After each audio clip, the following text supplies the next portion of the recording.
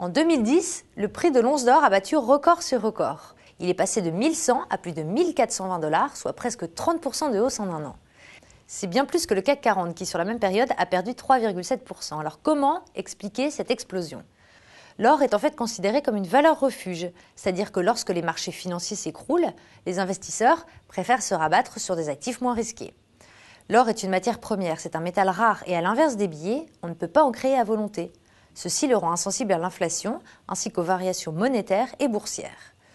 Structurellement, la demande est supérieure à l'offre, ce qui explique la tendance haussière depuis des années. Rappelons qu'en 1990, une once d'or, soit 31,1 grammes de métal fin, valait environ 400 $.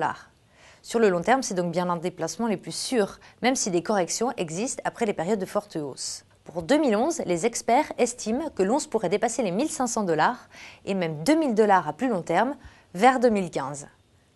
Mais concrètement, comment profiter de la hausse de l'or ? Premièrement, en achetant de l'or physique, comme des lingots ou des pièces. Un lingot, c'est 1 kg d'or fin.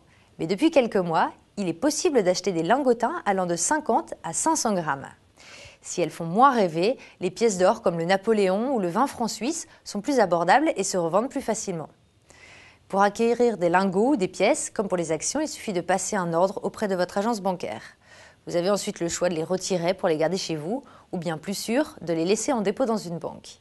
Pour les plus petits budgets, vous pouvez profiter de l'envolée de l'or en misant sur l'or papier. Achetez les titres des mines d'or par exemple, dont l'activité profite de la demande croissante sur le métal jaune. Attention, la plupart de ces actions sont assez volatiles et cotées à l'étranger, elles supposent aussi des frais supplémentaires lors des transactions. Enfin, vous pouvez miser sur des fonds spécialisés dans les mines d'or et de métaux précieux qui diversifient le risque, ou encore sur des produits financiers que sont les certificats ou les trackers qui reproduisent l'évolution d'un indice des mines d'or. À bientôt sur Terra Femina.